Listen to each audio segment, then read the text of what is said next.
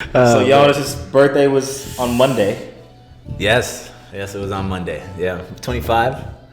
25, yeah. Somebody said quarter life crisis. I was like, the way I'm living, there's no way I'm living to 100. That's no way. What's going on, everybody? Welcome to Without a Roadmap. My name is Yonas. I'm Cameron. We're both product managers here at Parlor, which is a startup located in downtown Boston. So this is a show for product people who don't have all the answers. We'll tell the stories of all the PMs who get the job done but are still figuring it out. Yeah, so with that, we plan to share our perspective as two early career PMs. We also plan to bring on others to share their stories so that we can figure this whole thing out together. So basically, like last week, I was on the way home, on commute home, on the train, and I was just kind of scrolling through LinkedIn and kind of reflecting on the day, and it kind of just like came to me that I speak up way more in like big meetings than I used to earlier in my career. And I feel like it's like early in your career, you should always not have the hesitation or not be afraid to speak up in those big meetings where there's managers or C-level executives. So I feel like we should talk about that today. Yeah. No, like I noticed that myself, even from the beginning of our time at Parlor and now in the comparison.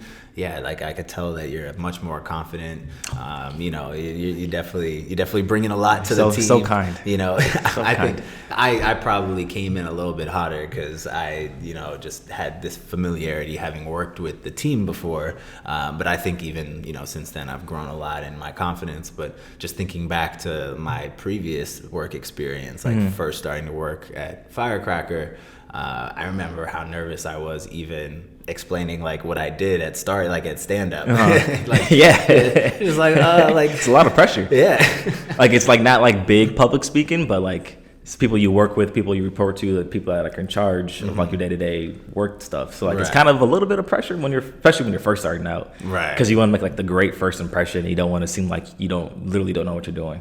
Yeah. So there's like, the understanding of like obviously the different frameworks and like explaining how you went about your work, but also then the actual like, results of your work.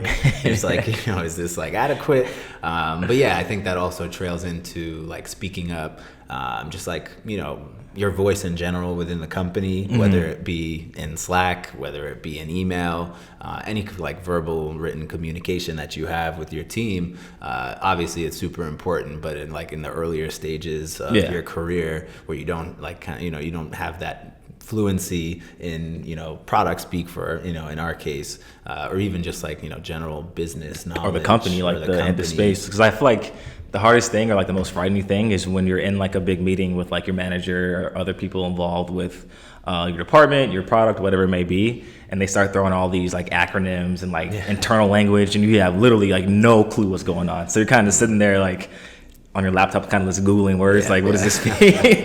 To try to like figure it out. Yeah. Like that was my biggest struggle when I first started my previous job. Like it was a healthcare company, so like there's a lot of acronyms for healthcare and a lot of stuff that I just did not understand. And so we're in this meeting, so they're talking about like HIMSS and all these other acronyms I already forgot. And I'm literally just sitting there typing up like on my laptop what each acronym means to try to get an understanding of what they're talking about, just so I can try to do my own research. But that was probably like the most frightening thing I faced earlier when I first started at my last job.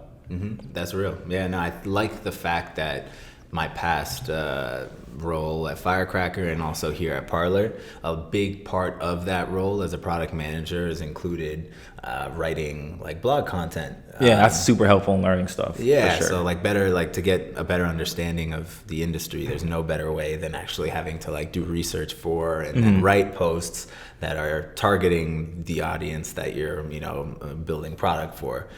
So I think of that as what's given me more fluency in these spaces, and it's like doubly useful because we're building a product for product teams and for customer teams, and through that we're able to also just become like better at our own jobs. Yeah, for sure. So it's super useful. I feel like getting over that like initial hesitation when you don't know what's really going on, you don't understand the acronyms, is probably just like speaking with like your direct manager or people that you're close with at work that will take the time to explain and teach you things that you need to know in order to be successful at your job, and also just to grow your expertise in whatever thing your company is doing. Yeah.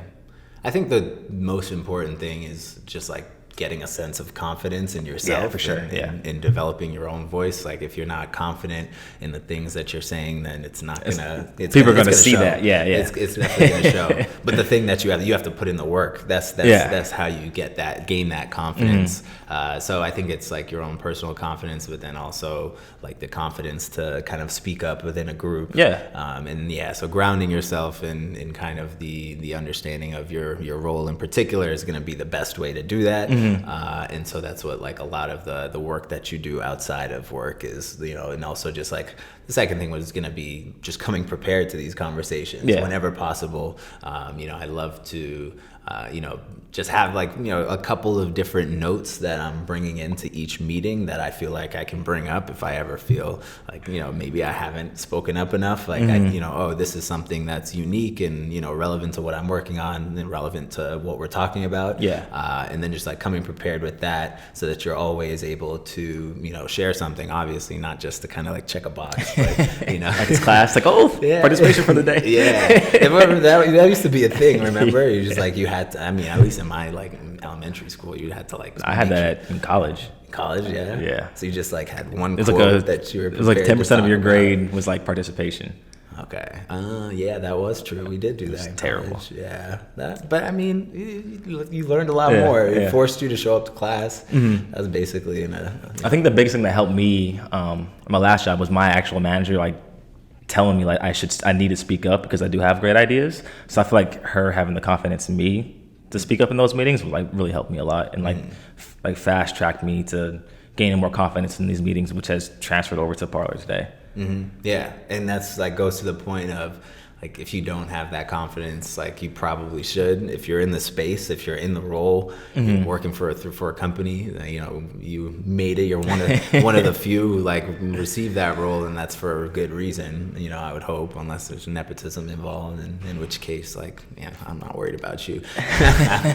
But really, it's like if you're receive the role, if you got an offer at a job, you're working somewhere, be confident because they clearly see something in you. For sure. You like receive validation in that sense. I think the biggest barrier is oftentimes the confidence, and I feel like you ought to be confident if you're working at a company. They clearly value you. What was the biggest thing that helped you aside from just like growing your expertise within like Firecracker and now Parlor?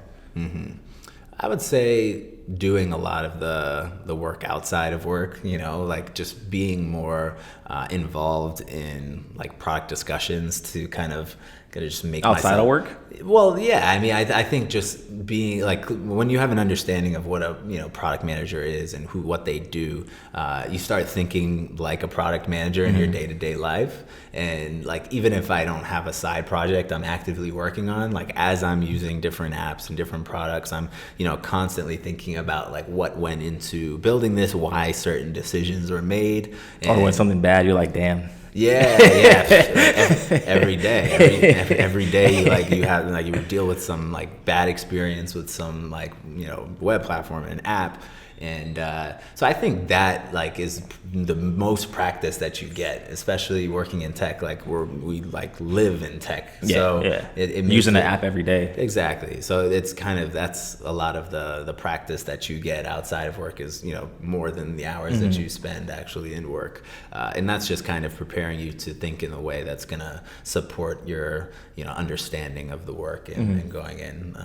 What about you? If you something similar for you? I think, like I said before, like my manager giving me the confidence and then showing confidence in myself to actually speak up in those meetings, and then also like her and now Keith and the whole team here at Parlor, like actually asking for my opinion in those meetings when we're discussing like large or like that discussing things that have major impact on the product and the business. I feel like both of those have really helped improve my confidence a lot more, and then also just like you said, just like being in product for the last almost 3 years now, which is kind of crazy to say. And then also just like dealing with other apps, web experiences online, and then also kind of just reading this different like books, stuff online on art, like blogs, and just reading other people's stories about how they improve and how they're always constantly learning. So I feel like, like the point of the show is like you don't always have all the answers and that you're always constantly learning.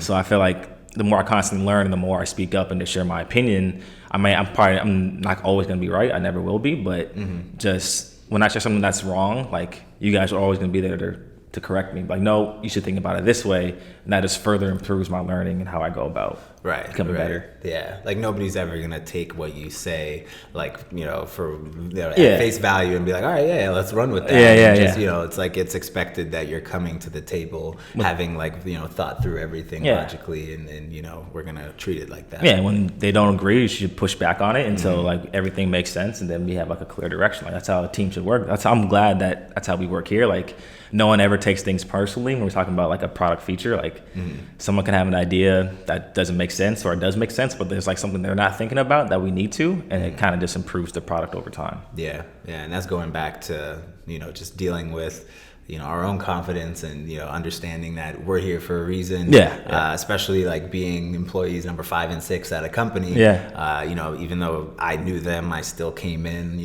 like making sure, feeling like I had to really prove myself. And, I feel like I had a little bit more familiarity, so I was comfortable and maybe spoke up a bit more. But, I think like the pace at which you ramped up is really impressive. The way that you're able to come in, I think really like a really new group of people. I thought you were shy for the first like couple weeks. But that took me a little while. That was just you like acclimating. But now Cam's a monster. I wouldn't say all that.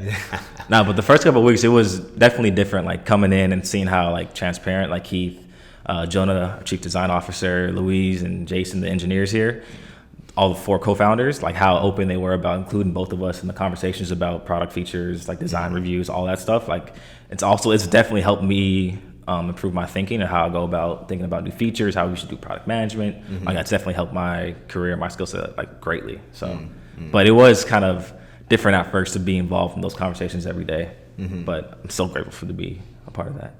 I'm curious how your experience may have like differed at the larger company at Optum, since here we're like, one of or 2 of like a relatively small product team. And so everybody's feedback is like not only like, wanted, but it's required. Everybody's got to come to the meetings prepared and, able to share. But at the larger companies, did you feel like there was as much of an onus on each individual contributor, especially like the earlier stage PMs, or could you kind of like fall back a little bit and, were you like, if you're not leading, the team directly, like were you constantly looked to? So I think the difference here is that at Optum, my last employer, we had like different areas of like ownership for the product. So like I was in charge of like this area. My other 2 coworkers were in charge of each of their own area. So I didn't have as much input on like what they were like strategy, like larger picture. Yeah, I wasn't involved in those conversations, but in terms of like my own Scrum team and what I was in charge of, like I had ownership over that. And like how it looked, what the copy said, stuff like that. And I feel like here, since we're obviously a lot smaller than Optum is, we just have more oversight about the whole entire product because there's only so many of us. Right. And so we're always constantly talking about every single thing about the product. Whereas Optum, it was more like siloed off into like your own kind of path. That does, it makes it harder to really contribute actual like value to the greater product when you're just focused on one piece. But here we can like reverse engineer just about everything across the entire product. Very different. For sure. But I'd be curious to hear from other folks who, have worked in larger companies, may have struggled with finding their voice as a product manager.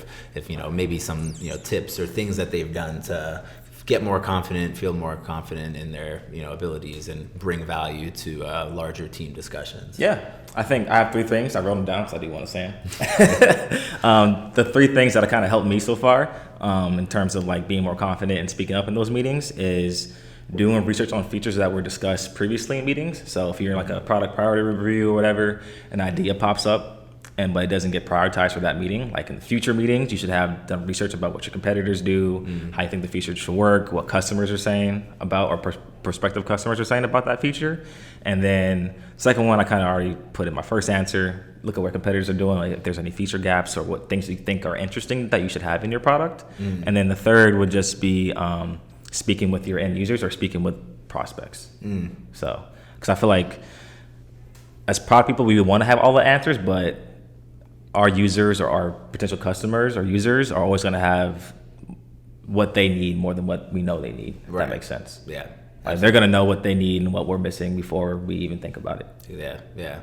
And to tack on to that, I think, it's really valuable to come prepared with just like information that your more senior counterparts might not be like attuned to. Mm-hmm. So I think, VPs of product, directors, like C-suite product people probably aren't more attuned to the day-to-day, like, problems of your users. Whereas like the earlier stage PMs are like in full story. We're like checking metrics on a daily basis and we're more, attuned to these things, and we could probably surface these issues in these opportunities, in these meetings, in a retro, at stand up. And I think those bring a lot of value, being able to like bring those like surface things that kind of higher level people might not be paying attention to, that are still valuable, and also just like being sure to like touch on like why that's important. Yeah, and make sure you bring up like who is impacted by this feature, problem, or bug, or whatever, because they're obviously going to want to know like the business implications about